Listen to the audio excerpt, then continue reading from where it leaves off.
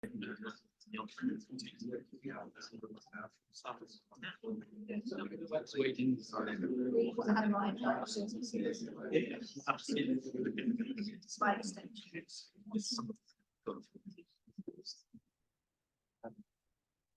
Time to start.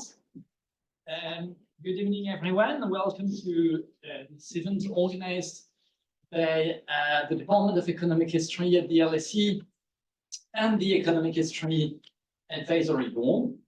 So my name is Olivier Acominotti. I am a professor at the Department of Economic History. And today it is with great pleasure that we are hosting Peter Oppenheimer. We will present his new book, Any Happier Returns.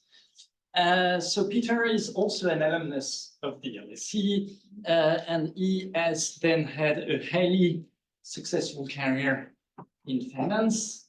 He has more than 40 years of experience in the financial industry and is currently Chief Global Equity Strategist and Head of Macro Research in Europe at Goldman Sachs.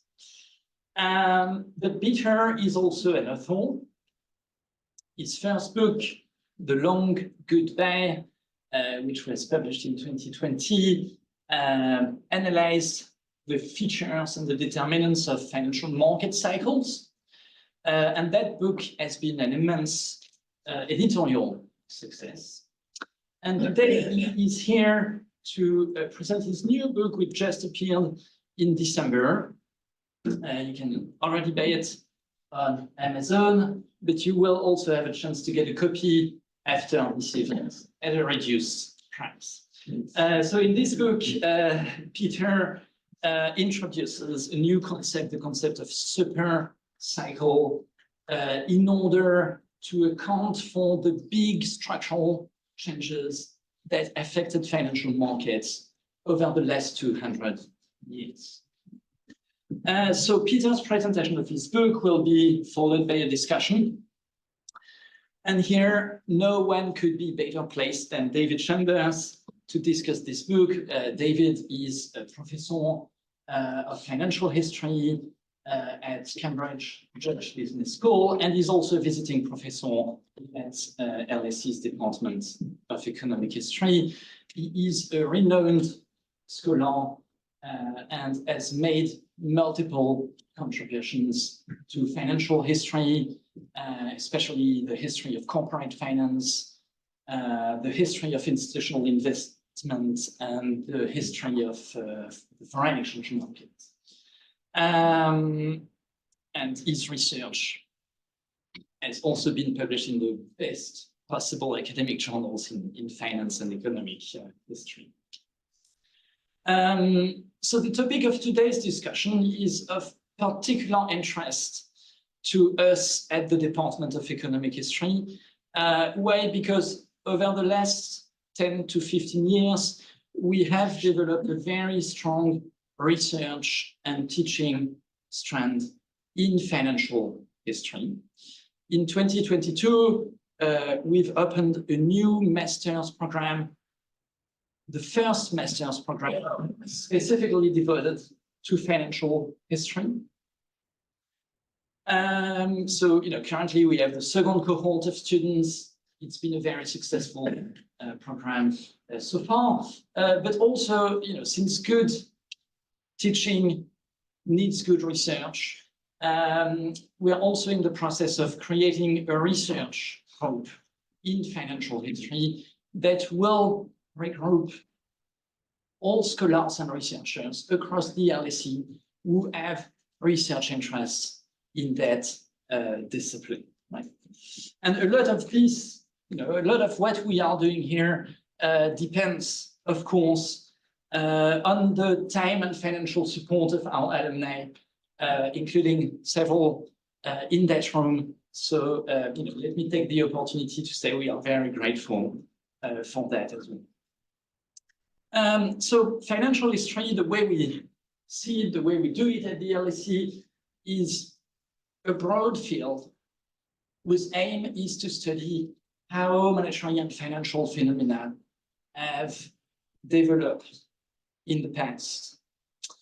And also, as financial historians, we believe that a deep knowledge of history is key to inform our understanding of the functioning of financial markets and of the main challenges that we are facing today in the global financial and monetary system. And from that perspective, Peter's new book perfectly fits with that agenda, with its deep historical perspective going back to the 19th century or even before in certain parts. So that's why we are especially pleased to have him today for this event. So let me just explain how we will proceed. A couple of practical things. So Peter will start with a brief introduction outlining the main takeaways of his book. This will then be followed by a discussion with David, and then we will open the discussion to the audience for Q&A. Right? At the end of this event, there will be a reception, so please do not leave immediately afterwards, but go to the 8th floor. We've reserved the 8th floor, the terrace as well, for drinks and the reception. And also, this is a hybrid event. As you can see, we expect to have quite a few people following us online. So, if you are following us on Zoom, and if you would like to ask a question to Peter, please put down your question in the chat. I'll try to keep an eye on the chat during the Q&A, and I'll pass on at least a few of the questions from online participants. Right? Okay, so without further ado, let me now leave the floor to Peter for the presentation of his book. Thank you very much, Olivier and David, for hosting this along with the Department of Economic History here. It's a real privilege to be able to do this. And I want to thank everyone who's turned out this evening, students, friends, family, colleagues, ex-colleagues. I'm very grateful for your time. And I'm aware that there's some drinks afterwards, so we'll keep it relatively short. As suggested, what I'm going to do is talk a little bit about some of the major concepts that I try to look at in this book. As Olivier said, the previous book that I wrote, The Long Goodbye, was really about cycles in markets. And what I was really trying to identify, and of course I'm not the first to have done this, is that there's a very close correlation and coexistence between economic conditions and financial market cycles. And these are repeated in various different ways throughout history, even under very, very different circumstances. For example, if you look at the period since the late 19th century, there have been about 35 recessions globally, and there have been about the same number of major bear markets in, for example, the US stock market. So they correlate with each other to a large extent. If you look at the period since the Second World War, there have been about 13 major recessions and a similar number of major bear markets. So equity market cycles and financial market cycles are heavily influenced by what happens in the real economy. And I'll touch on that in a moment. What I really wanted to do in this book was to think a little bit more about the structural and secular changes within which these cycles tend to oscillate and unfold. Because sometimes you get very prolonged periods in which cycles exist, but during extended expansions of economic activity and wealth creation and high returns in financial markets, whereas other times you get quite the opposite. Again, you get recessions and recoveries, bull markets and bear markets in equities, but they exist within long periods where returns are lower, where stresses in the economic and political and social system are a lot higher. So let me just give you a flavor, first of all, of these. I can move this. Does this one work? Maybe it's the other one. It does work. So I can use that. Okay. I So, think that should work now. This one? Oh, okay, sorry about this. Yes. Right, great. Thank you. So this is just a sort of schematic of what a typical cycle in an equity market looks like. And there are really 4 phases that we've identified through history. And again, not every cycle repeats itself in the same way. Some are longer, some are stronger, but you nearly always get these definitive cycles. And, you know, historically, we've called them the despair phase. That's really what you might consider to be a bear market when equity prices fall, usually in anticipation of a recession in an economy. And you get falling profits in companies. You then get what we call a hope phase, which is all about the anticipation of a better future. So usually when you're still in a recession, profits are falling, something triggers increased optimism that you're going to see some kind of recovery. And because markets move before the real data in the economy, that's a period where you tend to get expanding valuations and high returns in equity markets. The longest period is what we call the growth period. This is when most of the actual expansion in the economy and profits are delivered. And finally, you tend to get an optimism phase, which you can see in nearly every cycle, where valuations start expanding, really exciting, the sort of animal spirits really kick in. That's a typical cycle. And I hope you can see from where you are, but if you can't, let me just describe the pattern. This is data that's based on the US equity market over the last 50 years, looking at the averages of each of those phases in a typical equity cycle. So what you're seeing in these little bars is what's happened to prices. That is the darkest column. What's happened to valuations, the light blue column, and then what's happened to profits. And I think the main thing to pick out from this, without going through the details, is that a bear market phase, the despair phase, is usually about recession. You tend to get this big recovery before actually economies start to grow. That's when valuations go up the most. And then you get that sort of longest phase of actual growth, and finally an optimism phase that follows. And these patterns we found are fairly consistent through history under very, very different circumstances, whether you have high inflation or low inflation, or high trend growth or low trend growth. These are, of course, averages, but they do tend to repeat themselves.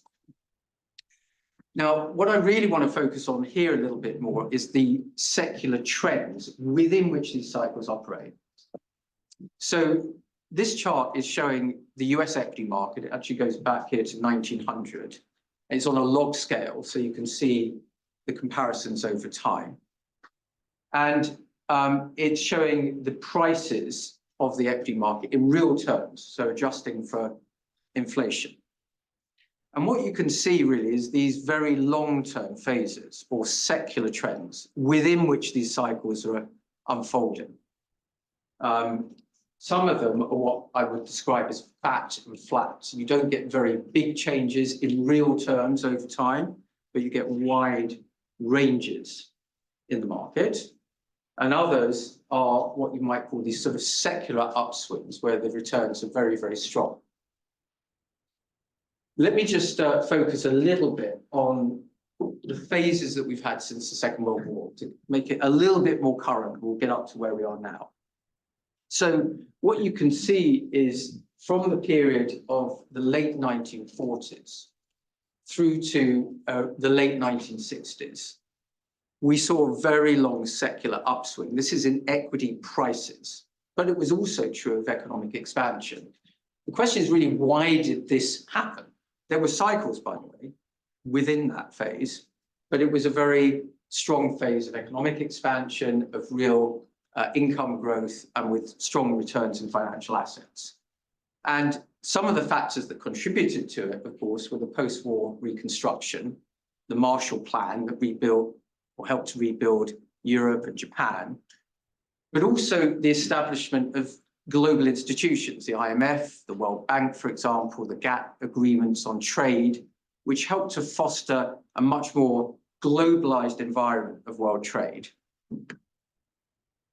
It was also associated with very low and stable interest rates. You had yield curve control for some of this time. In other words, central banks were actually forcing interest rates at very, very low levels.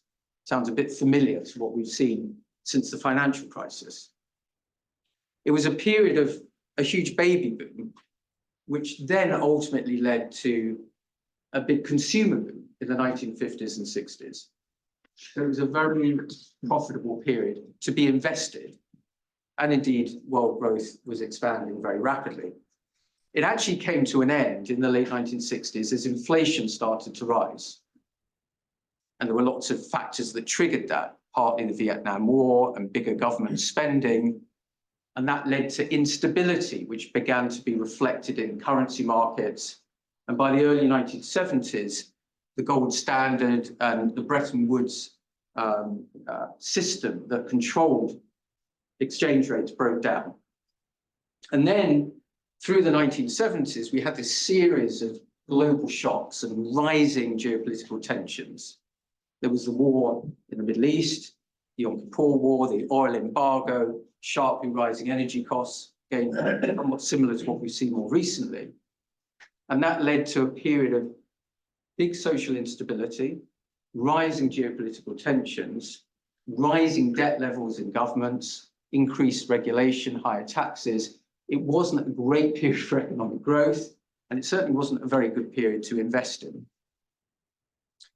The next phase was a very, very long cycle, secular upswing, which I call the modern cycle, which started in 1982 and went all the way through actually to the end of the millennium, to the year 2000, the peak of the technology bubble. If you'll recall, that was the sort of fervor and excitement about technology companies. That very long period was extraordinarily beneficial to world growth, but also stock market returns. What drove it?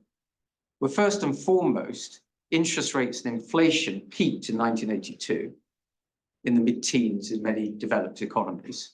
And from then on, embarked on this long phase of secular declining interest rates, even though there were cycles within that trend, but interest rates gradually came down, the cost of capital fell. But other things were also happening. You had the big supply side reforms of economic activity in the 1980s and 90s, and that heralded things like deregulation and privatization, and eventually lower corporate taxes and a lower cost of capital. The other big change over that period was the collapse of the Berlin Wall and the Soviet Union, which heralded a big shift in geopolitical tensions. There was a so-called peace dividend that allowed governments to spend much less on defense and allowed the private sector to crowd in and become bigger as a share of the economy. And that brought in a long and very definitive phase of growing integration of the global economy, or globalization. You had the GATT trade agreements of the early 1990s that included emerging economies for the first time and services. And then India joined the WTO in the mid-90s, and eventually, of course, China in 2001.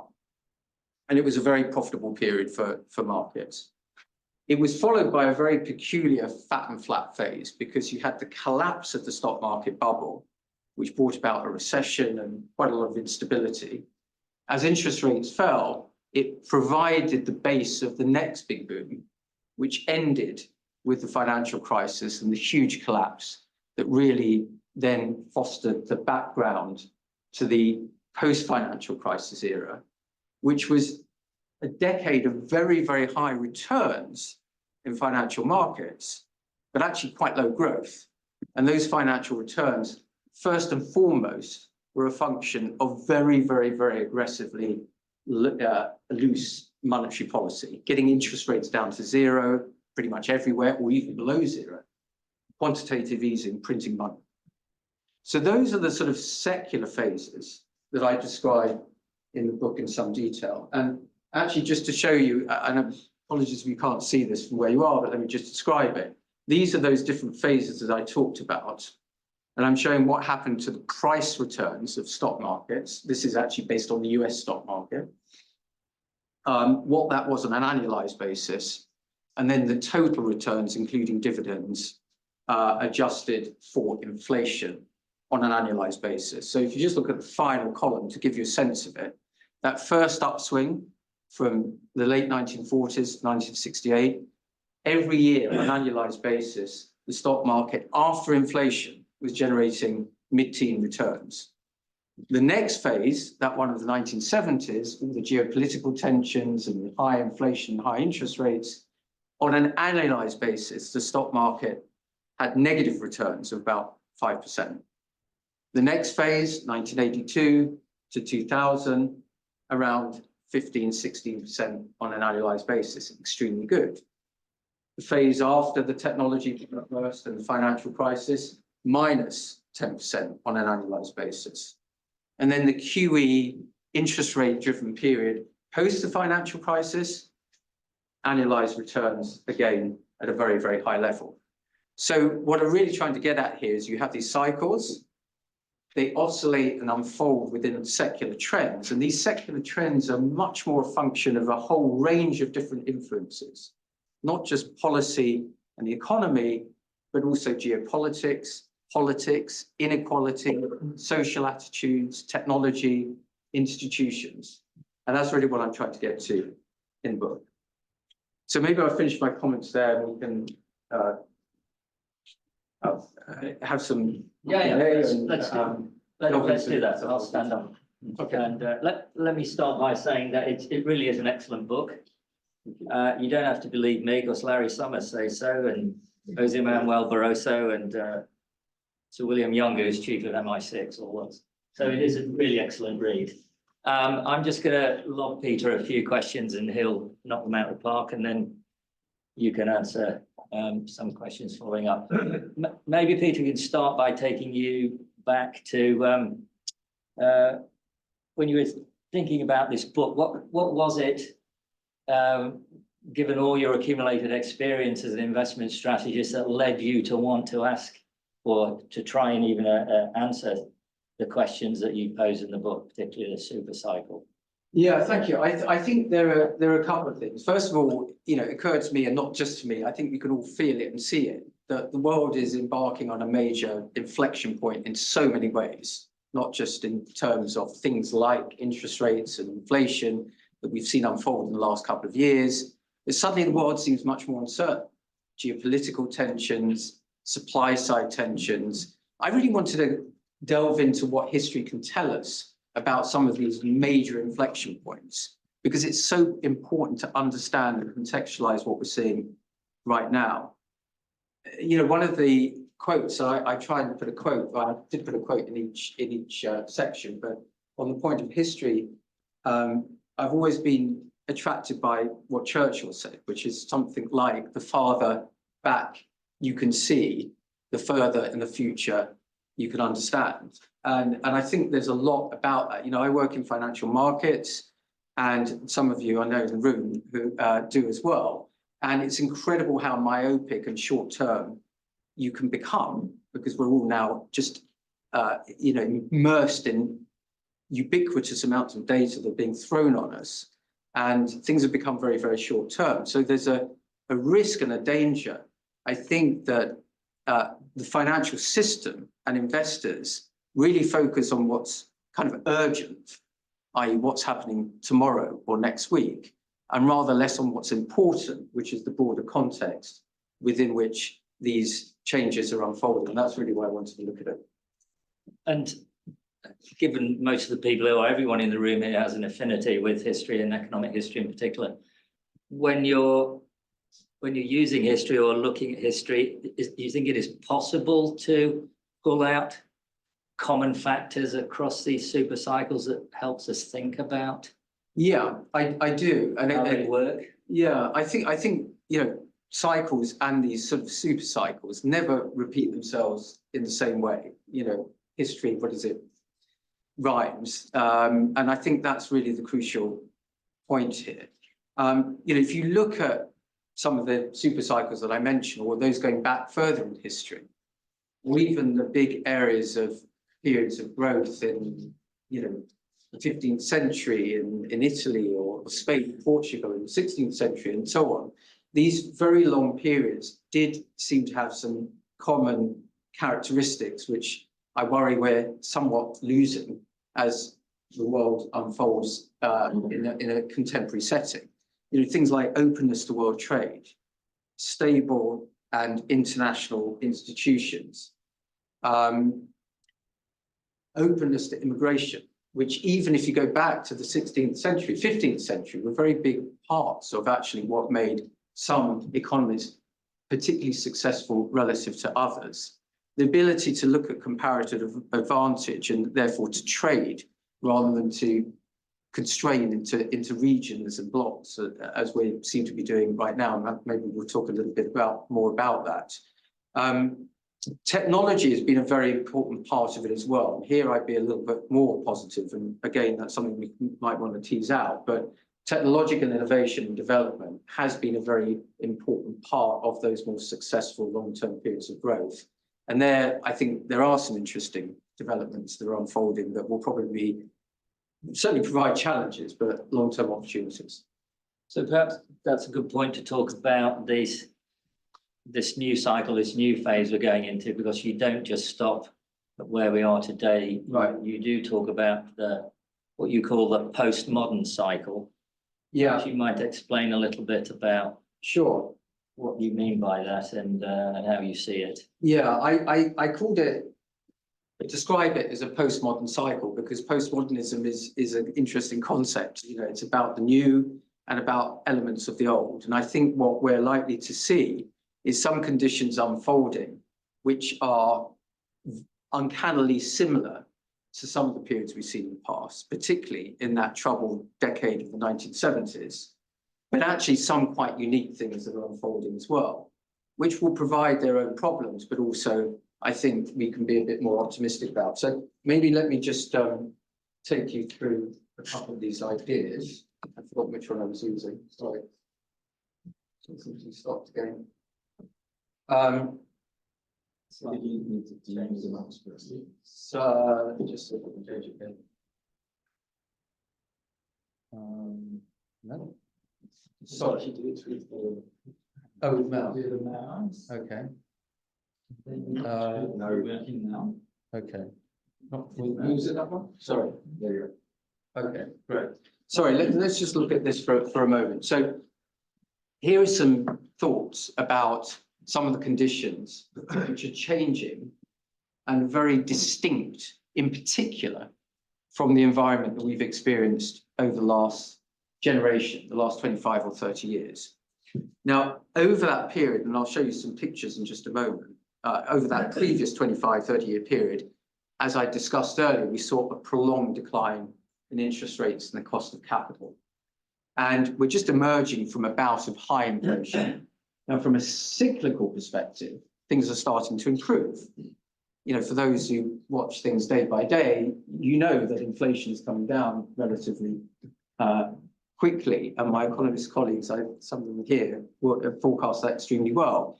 That's going to bring interest rates down from a cyclical perspective. But structurally, we're not likely to be going down to and back to the kinds of levels of interest rates we saw in the period after the financial crisis. And it's also not feasible that we see interest rates and the cost of capital trending downwards over the next 10 or 20 years, as we saw in the last 10 or 20 years. So that's change number one. The second change, which I think is absolutely critical, and there's been a lot written about it, is this sort of pushback from a highly integrated, globalized world. And this, by the way, is happening for lots of reasons. Some of it undoubtedly is changing geopolitical realities, in particular the stresses and sort of Cold War that's developing between China and the US and its related satellite countries. But also at the same time, the pandemic revealed for the first time the fragility of some of these very, very complex globalized supply chains and the danger of relying on just-in-time inventories. And that's creating a more regionalized model in the corporate sector. Then there's technology itself. Now, some of the technologies are actually supporting more regionalized production because it's becoming cheaper and more efficient to produce more locally than relying on outsourcing for cheap labor, which was true in the last 20 years or so.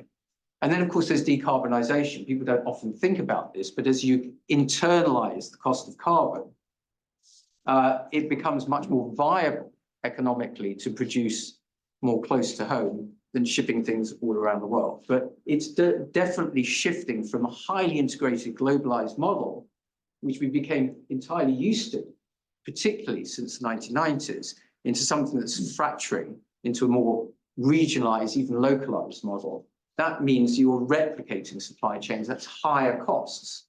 And by the way, over the last 20 years, because of globalization, because of the collapse of the Soviet Union, because of India and China joining the global tradable capitalist system, we had a long period where labor supply was almost infinite and very, very cheap. We also had very, very ample supplies of global commodities, so they were very cheap. We now find ourselves in a world where suddenly labor is not in ample supply. It's actually very scarce. Wages are finally going up. Commodity prices have been rising, and commodity supplies are much more restricted because there's been very much less investment in commodity exploration and storage and transportation for many, many years. And we've also finding ourselves in a world where our capital stock, our physical capital infrastructure has become very old and very inefficient. So that's changing. Let me just show you a couple of charts on this, which I think are just important to emphasize the point. Now, interest rates, for most of us, you know, there's a recency bias. We've all been used to a world where interest rates are zero, or for those who live on the continent, less than zero.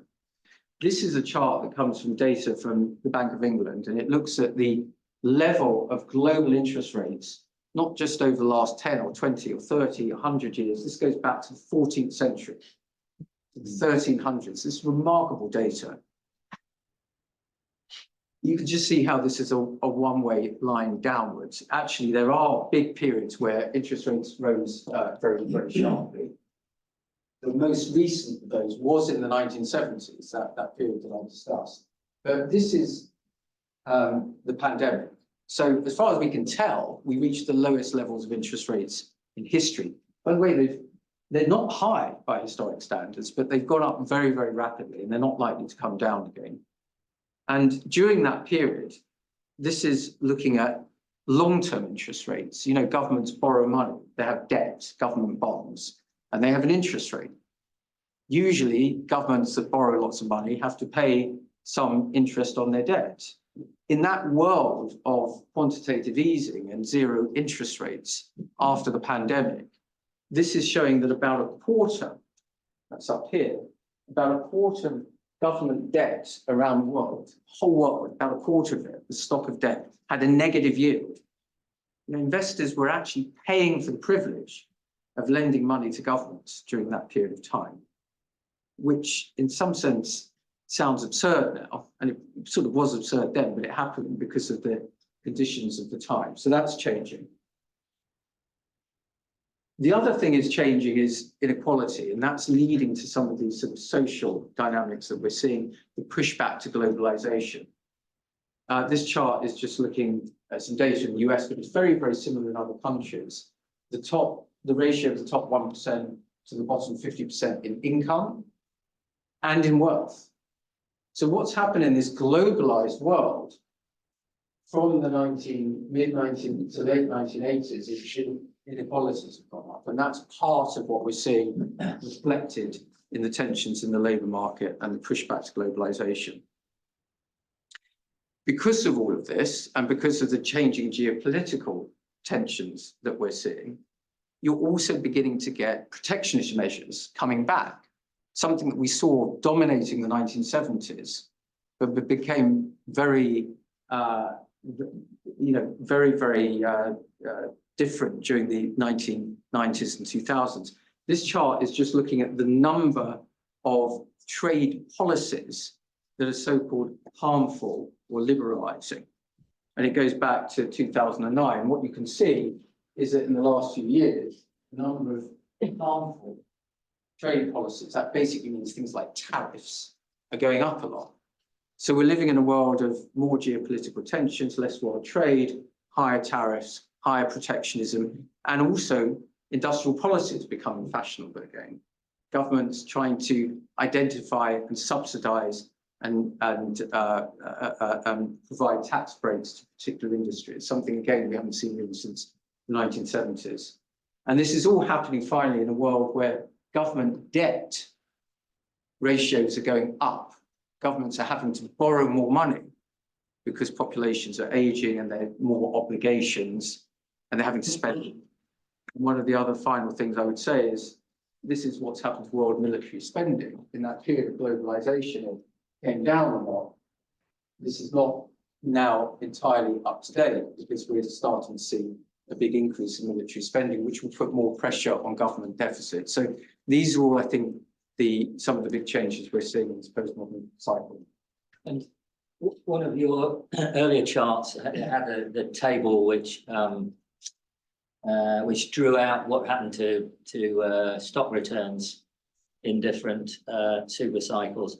If you're trying to translate all of this that you put out there for this postmodern cycle, how do you see that affecting asset prices and market returns? I would imagine that we're going into a long phase of much lower returns in financial assets. Because first and foremost, if you don't have interest rates trending lower, then financial assets are not likely to rise in valuation as much. That's true of debt, so things like government bonds, but it's true of equities. So if you remove valuations as part of the return, then you're going to get a lower return. But in addition to that, when you're looking at stock markets, they're a collection of different companies. You know, companies' profits are a function of what they sell, what prices they sell at, but also the margins that they achieve. And those margins have reached an all-time record high, and I think they're starting to come down as labor costs rise and other input costs like energy also increase. So I think we're looking at a period of much lower returns overall. But, you know, that will also create opportunities for newer types of companies that can come and achieve higher growth rates, for example. And I was intrigued by one of the points that you drew out was this switch away from globalization to more towards regionalization. Is that going to affect correlations, do you think, of stock markets?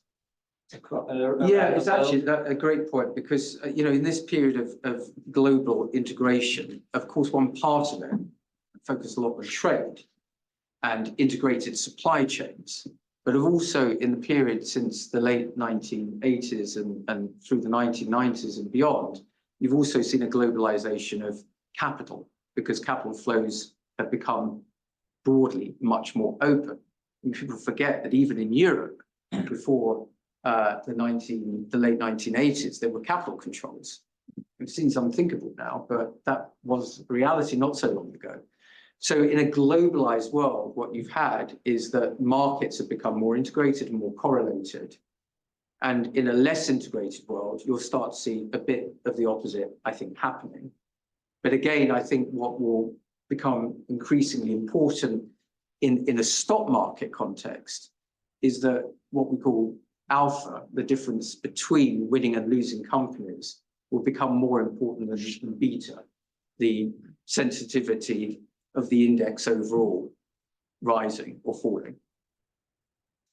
Some active managers out there will be rubbing their hands. Yes, well, that's been a long time coming, of course. We've been hoping for that for many, Maybe some of them in the audience. Yeah. Can I take you back to technology, which you've mentioned at various points? And in your book, you talk about a couple of really big shocks in this postmodern cycle. One is decarbonisation, but the other is artificial intelligence. Economic historians in the room would recognise artificial intelligence as a general purpose technology, and you know, they go back and look at previous episodes, so steam in the 19th century, electricity and computing in the 20th century, and draw some parallels.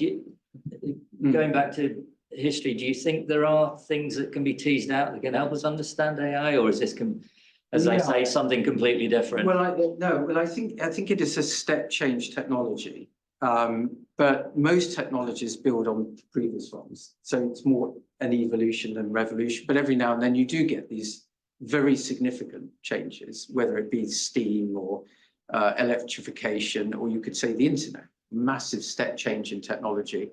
I think this is more of an evolution, but I think it is going to be highly impactful in shaping our lives and our economies over the next decade or so. It does have some, I think, differences. And one of them in the cases that you described, and there's a lot of literature, of course, on this, is that there were sort of networking economies. It took a long time in each of those cases for an innovation, as revolutionary as it may have been, the steam engine or electrification or mainframe computing. It took a long time to get the full benefits of those technologies because it required building huge amounts of infrastructure to get to the point where all companies and individuals and households could really leverage it. You think even if the internet, the internet really commercialized in the late 1990s, but you had to then, dig up roads and build pipes and everything to different businesses and households around the country before you could really get to a point where it became leveraged in its optimum way. I think the thing with AI that's quite interesting is it's likely to have an impact very, very quickly because it just sort of builds off these existing ecosystems and infrastructures. And actually, once you have the models, like large language models, you can employ them and utilize them really very, very quickly. And so I think one of the positives about something like AI is it may well have a bigger boost on economic activity quicker than some of these previous ones. And in particular, in terms of productivity. And of course, one of the things that's been really striking about the last 20 years, despite all of this technology and digitization, is how absent productivity gains have really been. And maybe it's coming at the perfect time as populations age and labor markets are tighter, having technologies that can help substitute labor and boost productivity is going to be really helpful. And I think some of that will happen. I'm going to pick you up on something you mentioned about, I think, corporate profits as a share of the overall economy. Because you've got a couple of really great charts. You've got many great charts in the book, but there are a couple in this regard, which I thought actually, really told us. One was on labour share. Yeah, I think this is about putting the others on. Yeah, absolutely. I think this is worth sort of just emphasizing. This chart goes back to that first expansionary phase after the Second World War. So 1947, again, this is US data. It would look pretty similar if you looked at other major economies. And this is the labor share of GDP. So think about GDP as a pie. Who takes the biggest slice of that pie? Unfortunately, for a very long time, it has not been the labor market. Now, what's interesting is that in this globalized world, and in the period from the late 90s, 80s, 90s, it's collapsed. In other words, labor's got a really bad relative deal out of what we've seen unfolding as a result of these globalized patterns in the last 20 years or so, 25 years. Now, absolute incomes have gone up, and inequalities between countries and regions have come down, but inequalities within countries have gone up, and labor's got a relatively poor slice of the cake. Now, one of the reasons for that is because the global supply of labor has increased so much. 2 or 3 billion extra workers effectively coming into the integrated tradable goods economy from the 1990s, post the collapse of the Soviet Union and so on. But also technologies had its impact here. The corollary, who else who's benefited? Well, this is the profit share of GDP. Again, it goes back to 1947. Again, this is US data, but it would be pretty similar if you looked at the UK. Profit shares of GDP are just now coming off an all-time record high.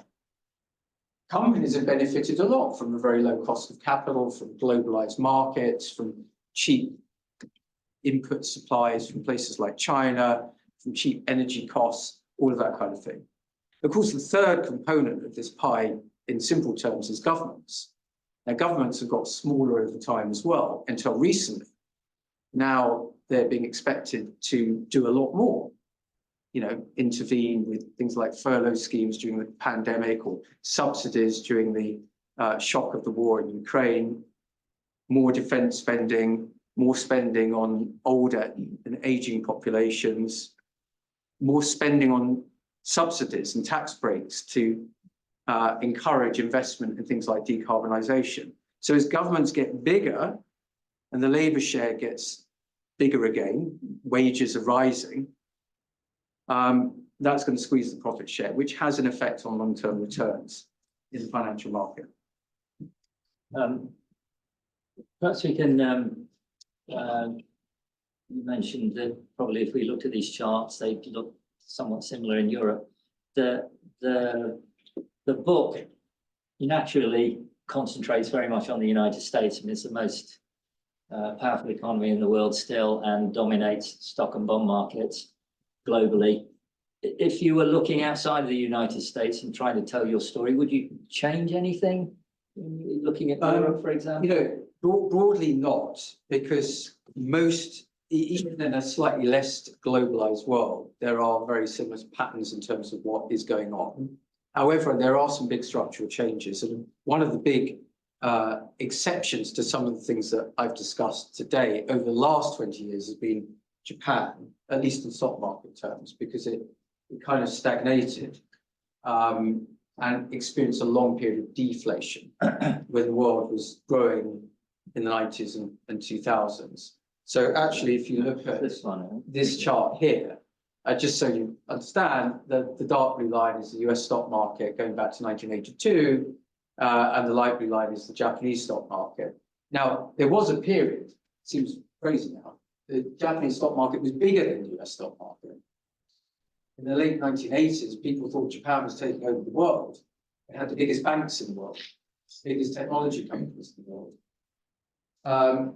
It turned out to be a bubble and it collapsed, and then the stock market went into a 25-year flat period.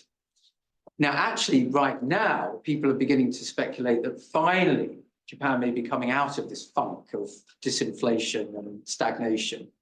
And there are various reasons for that, which we won't go into. The interesting thing is that during this phase, I don't have the chart here, the real excitement was about China, because China was then going to take over everything. It'll be the biggest economy, the biggest companies, and everything else. But actually now the concern is that China is entering some of the conditions that Japan had, a very over-levered economy, dependent on real estate. It's got an aging population now, as Japan had. It's got a lot of long-term headwinds. By the way, over this period of time, I should say, since China joined the WTO, which was in 2001, so just over 20 years, its economy has grown 14-fold. It's 14 times bigger now than it was then. If you take the stock market from 2001 to today, it's gone up, it's just doubled. It's a massive difference between what the stock market has done and what the economy has done. And that's actually another point I try and raise in my book. It's not always possible to map economic success to market success. There are other factors that come into play, and this is one of the examples. So as a footnote to that discussion, I lived and worked in Japan in the 1980s, and I left just about here. Those are unrelated events. I think it's probably a good point, Olivier, to pause and open questions up to the audience. Well, yeah, so thanks, both. It was a fascinating discussion. So yeah, I'll just take the questions. I'm sure there will be many. So thank you. Fascinating talk. Thank you very much. Thank you. Could I ask you to talk a bit about some of the new cyclical drivers? For example, is climate change, when cities in Asia flood and we see mass migration on a scale we've never seen before. And secondly, AI. I was recently in a meeting with people in the music business, and it reminded me of a sort of 19th century artisans complaining about how their trade was going to disappear because they're being swept away by a low-cost alternative. This feels very similar to what's going to happen in that industry.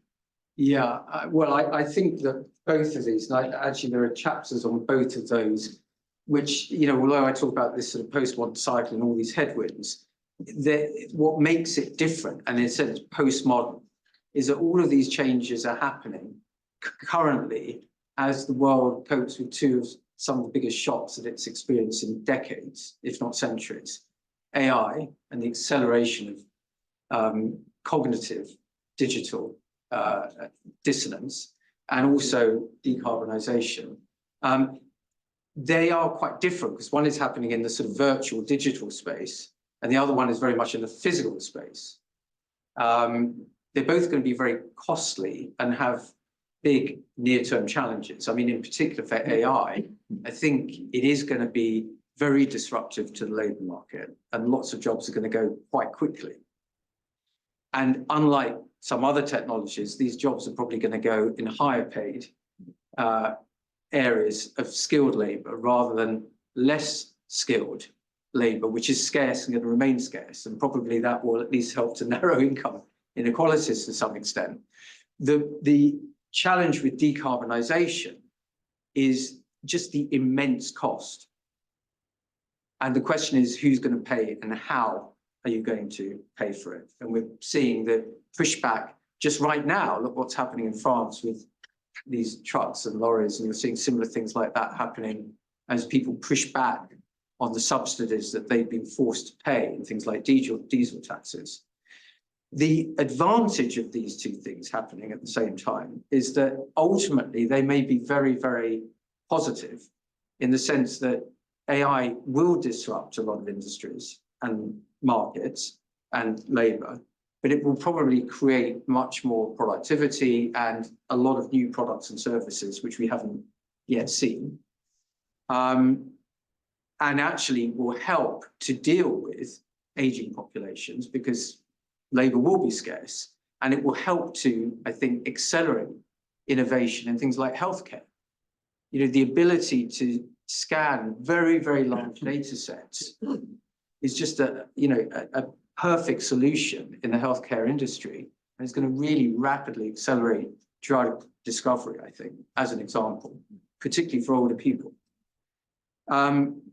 The challenges with globalization, decarbonisation are obvious. It's the cost is now, and it's politically very difficult. But the ultimate goal is that you end up not just with a more sustainable planet, and a cleaner, healthier planet with healthier people, but also, you know, in time, arguably marginal costs of energy which are close to zero, which has never happened before.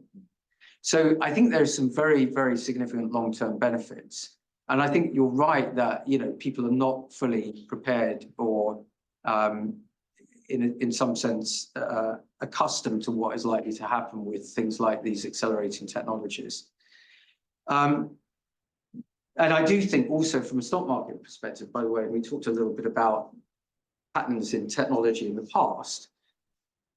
Investors often get it wrong because what they do is they tend to see there's a big change coming. I can feel it, I can see it. And they reward the companies that they can see at the epicenter of that change today.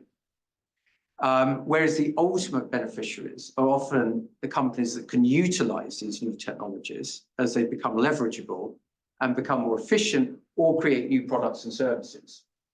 So for example, I mean, in the case of the internet, you know, at the time of the internet bubble, which happened because people recognized there was some hugely cataclysmic change in technology coming. They didn't quite know, no one could quite know how it was going to end up, just like AI, but they felt and could see things were changing. You know, amongst the major beneficiaries in the stock market were telecom companies. And that's because people could see these were the companies that were building the pipes and the infrastructure that was going to get the internet to everybody. Therefore, they must own some of the revenues. But actually, that was completely wrong because they ended up overpaying for the licenses to allow them to get the bandwidth to send the data through the pipes.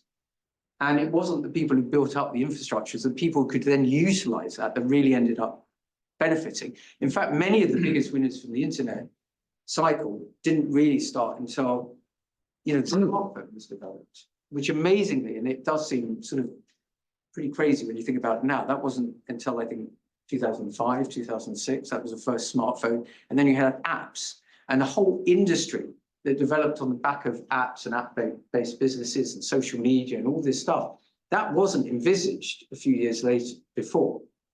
So I think that right now, everybody's looking at AI, and there's some companies that have seen huge rises in stock prices because they're at the epicenter of the investment, but they're not really probably likely to be the ultimate biggest winners. And so I think trying to understand, who potentially could utilize these to become more efficient, to change their business models, or to provide new products and services, they're likely to be the biggest winners. And I do think you're right that a lot of existing sort of industries will be disrupted. Thank you. Patrick. Thank you. Thank you very much. I'm Patrick Wallace. I'm the head of department. So it's really great to hear you offering such a kind of wonderful illustration of how economic and financial history fits together with the future as well. But I actually wanted to ask you about the super cycle, and particularly whether you see an evolution in how the super cycles that you identify operate. Because I was really, really struck by your first graph where, in some ways, at least like, not see very well anymore. So, they seem to be getting shorter. And even within them, they seem to be declining in volatility. And there's an old idea about economic growth going back to Simon Kuznets and other people, that it's one of the things that we see is a fall in volatility. So I guess one of the things that I was wondering about is, do you see the duration of cycles shortening, perhaps particularly the duration of the bear element shortening over time? And would you want to step forwards? I mean, you've been slightly cautious about the future. Reasonably. But is there a change? I think there probably is a change. I may take the other side of that. I would actually say that probably these cycles are going to become more volatile. And one of the reasons for saying this is because, in the era post the 1980s, you had all this integration and supply side economic reforms and all the stuff that we talked about. You also had the conditions that brought about what was generally described as the Great Moderation, that period in the 1990s where the volatility of economic and inflation cycles and interest rate cycles was very, very low. Central banks have become independent, globalization had helped inflation to come down. So you've got these very prolonged cycles with fairly modest amplitude. And I think that, I'd be interested in what other people think as well, but if we're going into a world where things are more regionalized, and therefore the supply side of the economy becomes more volatile again, and we've seen examples of that just recently, monetary policy, which has been the main tool of policymakers in the last 20 years, I think is going to dampen in influence. It's just not going to have the same effect, just as we've seen recently with rising rates. The reason we've got inflation coming down, I defer to my economist friends, is not really because of interest, and partly because interest rates went up, but it's actually because of the supply response. That was the trigger of the higher inflation. That's been the resolution of it. So as you get less integrated product markets, I think you're going to get the supply side of the economy becoming more volatile again. And I think, again, this suggests to me that at the margin, fiscal policies are going to become fashionable and more potent and impactful again relative to monetary policy. That would be my guess, but I don't know. I could well be wrong there. Hey. When you look at the interlink between economic super cycles and stock market super cycles, we obviously talk about your 4 quadrants of emotional behavior for stock markets, but have you identified how long it takes for the stock market regime to fit in with the new secular economic regime. So at the moment, we've got an environment where you're arguing inflation is going to be stickier and interest rate volatility and interest rates, nominal interest rates, going to be higher than what we've used to since Lehman days.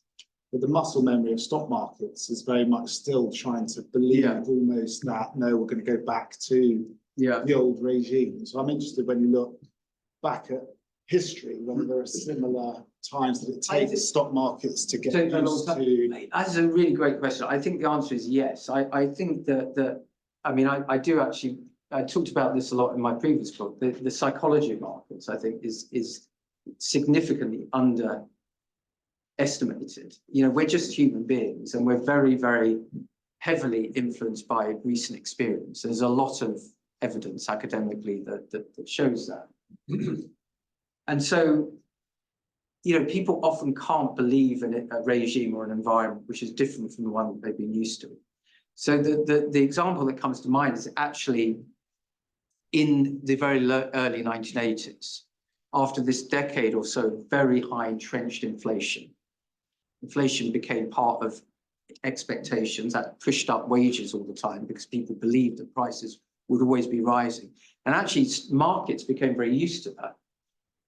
And when Paul Volcker, the head of the Federal Reserve at the time, came in and, you know, embarked on this sort of credit crunch policy, that finally they had to squeeze inflation out of the system. And the only way to do that was really push interest rates to a very high level, get a deep recession, and that would work.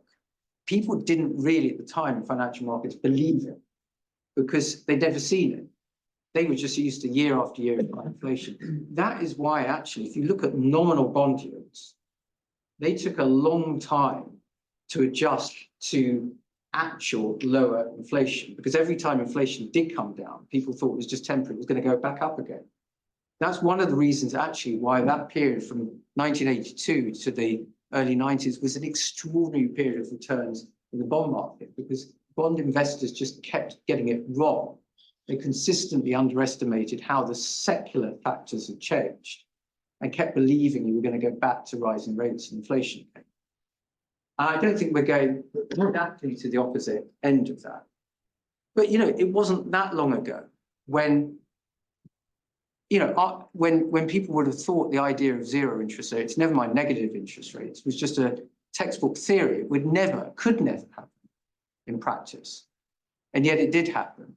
And after years and years and years of it happening, people could not imagine that interest rates would rise again. You know, if you went back just 3 or 4 years and you looked at option pricing, that's the way that derivatives markets are pricing expectations, they were implying in 2020 about a 95% probability, 95% probability that inflation would stay below 1% in the next 10 years. That degree of confidence, that's why I showed you that chart that a quarter of all government debt had a negative yield. The reason for that is investors believed that inflation and interest rates will always stay low. Now, we know now that that wasn't true. And for reasons related to COVID and supply shocks and then the war in Ukraine and everything, circumstances changed and we did get inflation. But I think actually people are overly weigh recent experience, and that's often where you get these massive inflection points in returns, both up and down in the markets. So I have a follow-up question here. This link between the macroeconomic and stock market cycles. One of the super cycles you identify in your book is from 1949 to 1968, which was a period of spectacular economic growth in the US and Europe and most advanced economies. Another one, however, is 2009 to 2022, which has been described as a period of secular stagnation.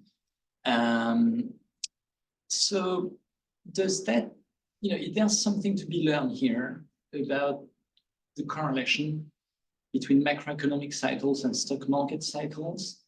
Has this correlation changed, or is that correlation just extremely difficult to predict? I think it has changed. I mean, I think that period from 2009 through to, say, the pandemic, 2020, this was actually a very unusual period, partly because we ended up with zero or negative interest rates, which, as I showed in the long-term charts, has really never happened before. But also, you did get a remarkable dissonance between how asset markets behaved and how the real economy behaved.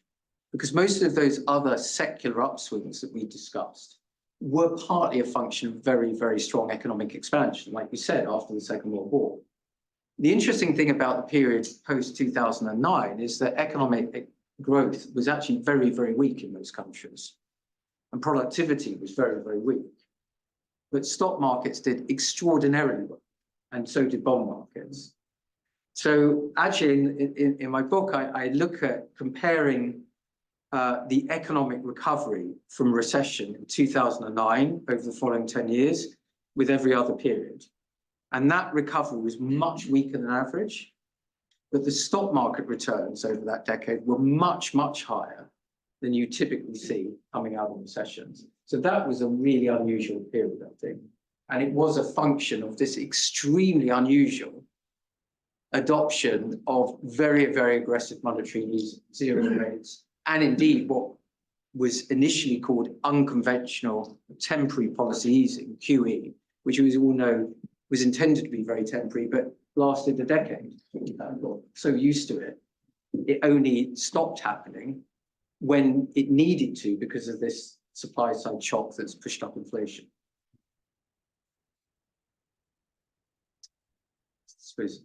You mentioned that you think China's facing some sort of long-term headwinds, and I think it's interesting now that a lot of people are growing increasingly bullish about India as a sort of the next China. I heard that phrase used. But I think there's also in markets a conception that there are still structural issues in place in India that are preventing the sort of wave of investment that now seems almost inevitable as the next location. Would you sort of feel confident about predicting India's sort of future? It's obviously not captured by some of the graphs on there. Yeah, no, it's a great question. And there's some similarities and big differences between China and India. I mean, the one obvious similarity is their population. They both have roughly 1.4 billion people. They're on a very different trajectory because every day now, there are twice as many Indians born as Chinese. So although they have the same population, if you think about that trajectory, India's population is growing rapidly and China's population is aging rapidly. China does have a problem with funding this aging population and dealing with it. Also, by the way, has very high youth unemployment. The last data suggests, youth unemployment is over 20% in China, and then they stopped reporting the data, which is never a good sign. It suggests it's a lot higher than that. India is the opposite. I think India and China are also on the opposite axes of these geopolitical rifts that we're talking about. I mean, there's now direct competition and a sort of adversarial relationship between China and the US for lots of obvious reasons. In this more multipolar world, as we move away from US economic and political hegemony to a more multipolar world of influences, India is in a really, really good position because it's one of these very strong unaligned states. It's close to the West, it's a democracy, it has rule of law, and that's attractive for investment. But at the same time, it kind of plays off one side a little bit against the other, and it puts it in a very strong geopolitical position. I speak to a lot of investors. I can absolutely tell you that a lot of investors and companies are trying to reduce the amount of investment they're making in China. And one of the big beneficiaries is definitely India, because it's seen as having the scale, size of population and economy that's capable of replicating or substituting for some of these supply chains from China. By the way, as you probably know, this year, for the first year in 40 years, net foreign investment flows in China have turned negative. So that tells you something. Net foreign investment flows in India are exploding. So there are of course, as there are with all economies, problems in India, and the institutional framework is very different in India to China. China is a centrally planned economy, and if it decides to build an airport or a bridge or whatever it does, it could just knock down houses and do it. Planning is irrelevant and so on. India's institutional structure is very, very different. And that's what been one of its constraints on improving the supply side of the economy. But I think it is coming together, and I think it will have a very strong role to play in this more complex multipolar world. Thanks. Sure. Thank you very much for this presentation. Talking about the future a little bit, and if I take the 5 points you had for the postmodern cycle, if I look at it, we have higher military spending due to the falling globalization and the regionalization and the competition that is happening there. Decarbonization, and we have the Inflation Reduction Act in the US, which is probably a drop in the ocean, but it's probably a lot of money being spent there. Yeah. We have a lot of factors that will add to what is already a lot of debt on the government side. I mean, I think it was a big topic. Yeah. Jackson Hole, there's a lot of debate. How do you reduce that? Because we haven't seen such a high level of debt outside of war. Yeah. Looking at the presidential election in the US, it looks you could have a 10% deficit for the next 2 or 3 years. Yeah. And you've shown where the money is with the corporate. So do you think that over the next decade, bonds are going to do better because governments will need to find the money where it is, and it is in the corporate pockets? Or how do you expect this debt cycle to solve itself? You know, I think it's a great question, and it's a very significant issue. I think that we're in if you go back to the financial crisis, again, this is about the sort of way that fashions change and orthodoxies get built. When the financial crisis happened, the sort of orthodoxy was to cut rates, although the ECB raised rates initially, that was an error, but cut rates, get them down very, very quickly. But because debt was part of the problem that built up the instabilities that led to the financial crisis, governments needed to control debt and even reduce it. That's why we went into the sort of decade of so-called, austerity. But that has just completely disappeared. No governments are looking at pulling back spending. Quite the opposite. I mean, even in the US, in the election, it's very likely that under either outcome, you're going to get any serious attempt to control the deficit there. So government debt is rising. Governments are being expected to intervene more, to subsidize, as we've seen with energy prices, for good reason, for labor during the pandemic, with furlough schemes. But it goes beyond that. Military spending is going to be very costly. Decarbonisation is going to be extremely costly. And what governments are now finding increasingly is that just legally binding themselves to that outcome is not enough. They've got to find the investment. Increasingly, the way they need to do that is compete with other countries with more tax breaks, more subsidies. That's more debt. So where I'm going with this really is I don't see any near-term solution to constraining government debt. And that means that the cost of that debt, the interest paid on the debt, is probably going to go up. Now, in order to contain government debt, there are really not that many levers. You can either cut public spending, we've already discussed that. That's democratically increasingly difficult to do. You can raise taxes, that's never popular, and also it's quite difficult to do effectively.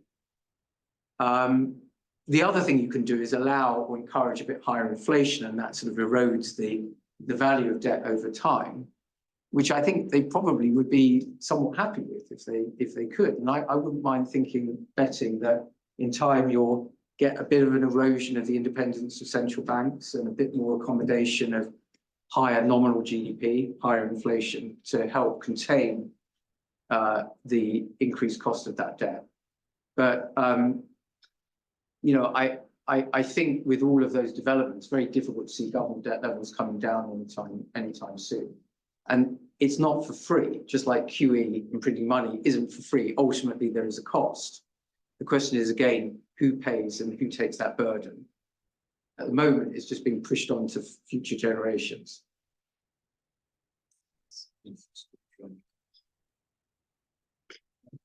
Oh, goodness. Yeah, Sure. so just, Sorry. we have 10 more minutes. Yeah. So if you could keep your questions short. I keep my answers short. Answers short. You showed the table at the beginning of the presentation with the secular bull markets and then the fatter and flatter.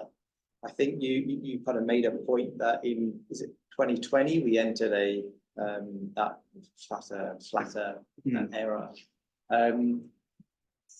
If we look at the returns in those 4 years, I think the real return was +6, which is a pretty good average equity market real return. In the prior periods, it's been -5, -6, I think. What's your confidence that we are actually in a fatter and flatter environment, as opposed to it's not just an extension of the previous secular market? Yeah, that's a great question. I'll try to give a short answer. I think the simplest way I would look at it is that what are the drivers, sort of mathematically, to higher returns in, for example, equity markets or bond markets? A very big component of that is the cost of capital, interest rates. In fact, the cost of capital is a function of two things. It's a function of interest rates, which I don't think are ever going back to the sort of zero levels that we had. It's also actually a function of risk premium, or for those who are familiar with it, the additional cost that you place on capital for uncertainty, which in a world where there's greater shocks and wars and geopolitical disconnects, should be going up. So I think the simple way I would look at it is that the cost of capital will be higher over the next few years, and that should reduce returns. Then there's the growth element of it. How much profit can companies generate? That's obviously a function of economic activity. It's also a function of margins. And as we saw, profit margins, or the profit share of GDP, has reached an all-time record high. And increasingly, I think it's starting to wane a bit as you get higher input costs, energy costs, labor costs, governments taking a little bit more from taxes, and so on. So I wouldn't be very bearish, because some of these other factors, AI and decarbonisation, will create some selected significant opportunities. But overall, I think we're going to be in this sort of fatter and flatter environment. It wasn't a yes/no answer. I'm sorry. Yes, please. I believe in your sort of post of very lovely slides, there was one on the average lifespan of assets. Yes. And it was sort of trending upwards in the last sort of 10, 20 years. Yeah. I'd be interested to hear your view on whether that trend will continue, or whether it will be affected by sort of mega trends of climate as a piece of AI. Yeah, well, that chart, I won't put it up again, but what it was really showing is, yes, the average age of capital assets. What do we mean by capital assets? Everything from bridges to hospitals to schools to physical infrastructure. And I think we all can probably testify, not just in this country, but in most countries you go to, it's aging. We haven't been replacing this stuff for lots of reasons. One of the reasons we haven't been doing it is because the return on that capital has been seen to be very low relative to the return on capital in capital light industries like technology. So as interest rates have been low, people have been throwing money into technology and digitalization. No one really wants to put it into physical capital because the rates of return are very low. But we've ended up with this decaying infrastructure. And that's happening just at a time when actually our ambitions to decarbonize, which we've legally obliged ourselves to do in most countries, does require a lot of building again. If you're going to get to a decarbonized economy, however clever and smart we are with AI and technology, you can't do this with technology alone. No app on your phone is going to get you decarbonization. You've got to go out there and build again. Energy, storage, capacity, networks, and distribution. Right from scratch, it's going to be very, very expensive. So I think there are lots of reasons why it's decayed and aged, but I think we're probably going to a period where there's got to be a lot more capital investment again. That will create opportunities as well. Good. We have time for one more question, so please. Thank you. I love the presentation. Thank you. Thank you. I was just wondering how you, given the super cycles that you're laying out, how you think about valuation, because it's very contingent, I guess, where you are in the cycle, and if sectors give you a kind of path through a fat and flat period, or the story changes super cycle to super cycle.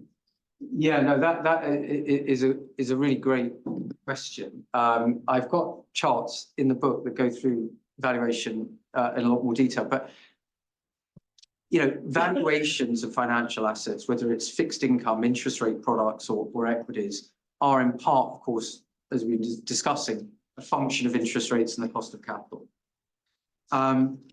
If you look at equity markets in particular, the extraordinary thing is that valuations are really very, very high.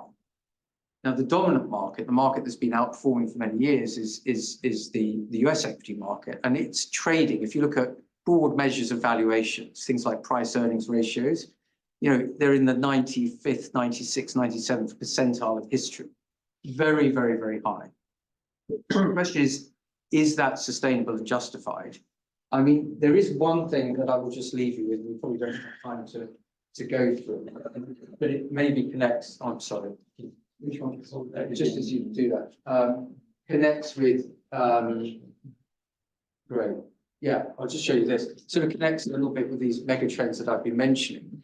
This dark line, if you can see it, the top line, is the profits of the technology sector globally. It goes back to 1985. And the line at the bottom here is the rest of the world's corporate sector, excluding technology. And it's really quite striking. They used to be about the same one. This was 2009. So in the last decade or so, partly triggered by very, very low cost of capital and high returns on that capital, massive amounts of money has gone into technology, and you ended up with these very, very huge dominant technology monopolies, effectively, which have pushed up the valuation of the whole market. We don't have time, I think, to go through whether that's sustainable or not, but that's really what's driving it.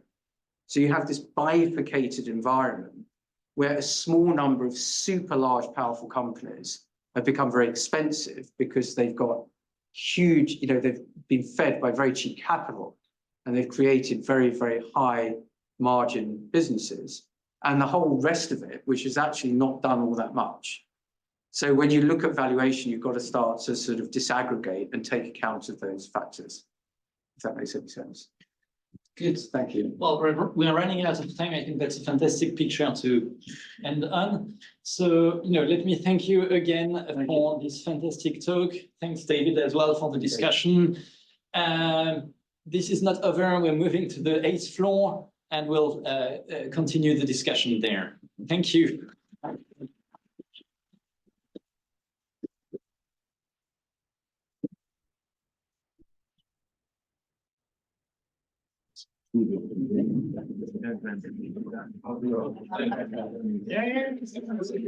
Thanks a lot.